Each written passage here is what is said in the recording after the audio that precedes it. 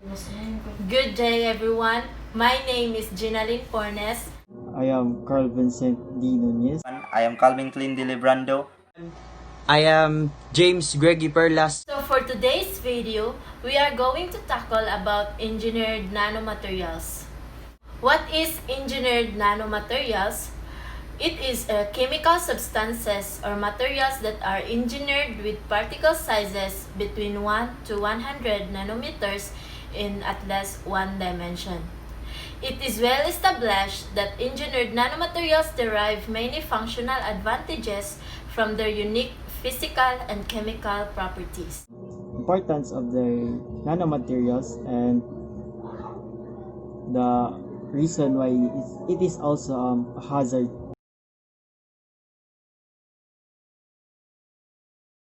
Accident might happen without even noticing it.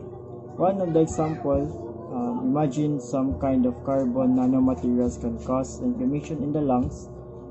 Since nanomaterials could be applied in other diseases, giving us effective cures to many of the problems that millions face every day, from healthcare to making better batteries, and possibilities of what we can do with nanomaterials is endless. Nanomaterials are broadly classified into three categories. The first one is the nanoparticles, the second is the nanoclays, and the third is the nanoemulsions. Let's start with the first category of nanomaterials, which is the nanoparticle. It is a small particles that ranges between 1 to 100 nanometers in size, undetectable by the human eye. Nanoparticles can exhibit significantly different physical and chemical properties to their larger material counterparts. Most nanoparticles are made up of only a few hundred atoms. The second category of nanomaterials, which is the nanoclay. The nanoclay is the layered mineral silicates depending on a chemical composition and nanoparticle morphology. Nanoclays are organized into several classes such as montmorillonite, bentonite, kaolinite, hectorite, and halloysite.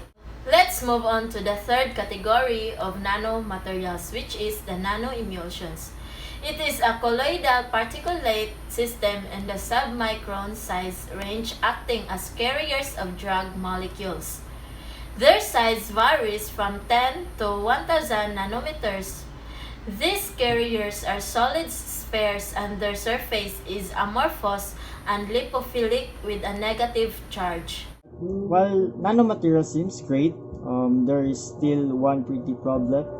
We don't have a complete sense of the potential effect that might have on the human body or the environment.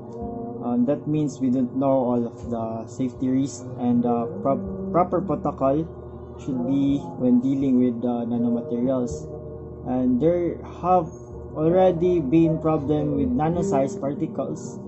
There is a lot of possibility that it might be ingested or breathed because of its small size, and things might be things by accident.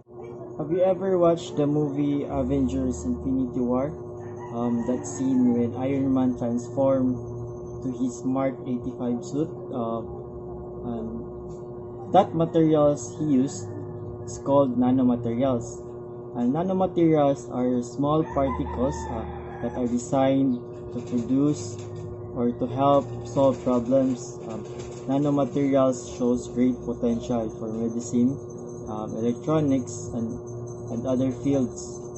And nanomaterials can be used to design medicine that will target specific cell or parts of the body. Imagine the potential of nanomaterials in fighting the cancer cells or harmful bacteria in the body. And because of its small size of nanomaterials, and it makes them also perfect for electronics. If you ever look at circuit board from your computer or smartphone, the electronics are getting smaller and smaller, we're likely to see nanomaterials playing bigger and bigger roles for our technological base in future. Since technology are gradually increasing, and batteries are more on essential for the technology, the strengths and conductivity properties of nanomaterials make them perfect for energy storage. Creating a high capacity batteries, imagine having your phone just last through a day without charging, and imagine having nanomaterials also can be added other materials like cement or clothing to make them stronger and tighter. This can be used in industry to make them more stronger and lighter. Engineered nanomaterials can be organized into 5 various types. Namely, first is the carbon-based, second is the metal-based or the metal oxide, third is the quantum dots or the semiconductor nanocrystal, the fourth is the silica-based, and the fifth and the last is the dendrimers. First, the carbon-based. Carbon-based is spherical in shape and it has either hollow or solid core. It is composed entirely of carbon atoms, and it is widely used in biomedical field for its low toxicity in the human body and a high in supply. Because we all know carbon is the most abundant element found in the universe. Carbon-based nanomaterials is used for delivery of drugs into human cells in cellular level. The second is the metal-based or the metal oxide. It is also spherical in shape and has many possible cores like gold, silver, copper, aluminum, and many more. It is commonly used in pharmaceutics and electronics. The third is the quantum dots or the semiconductor nanocrystal. It is also a metal base but shares different properties. Quantum dots when hits in UV light, it emits colors. As quantum dot semiconductor, it emits its energy in the form of light, and it looks like this. Its colors depends on its sizes, because when you change its size, it also changes its colors. When you have a bigger size and a longer wavelength, it turns out likely to red color. And with its smaller size and smaller wavelength, it turns into violet. The fourth is the silica base. Silica base is either mesoporous or solid core. It has a shape of could be spherical, rod-like, sheet, or fiber. It has a high compatibility in any material you put into it. Its therapeutic dose is lower than the toxic level. This is the reason why it is also used in medical fields. The fifth and the last is the dendrimers. The dendrimers come from the Greek word dendron, which means tree, because it has a branch-like, high branch, and star-like structure. It looks like this.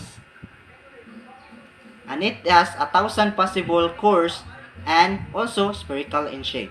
Where are nanomaterials found?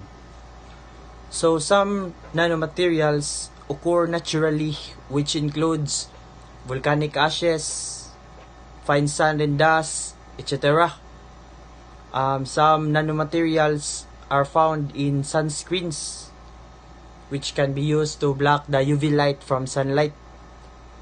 So we usually use nano-ZNO or TiO2 to block the UV light, and these are used in sunscreens. Nano-ZNO or the zinc oxide and the TiO2, which is the titanium dioxide. These are both effective in absorbing ultraviolet rays. In cosmetics, carbon nanopowder can be found, which is a great use for facial wash, in stain-resistant clothing.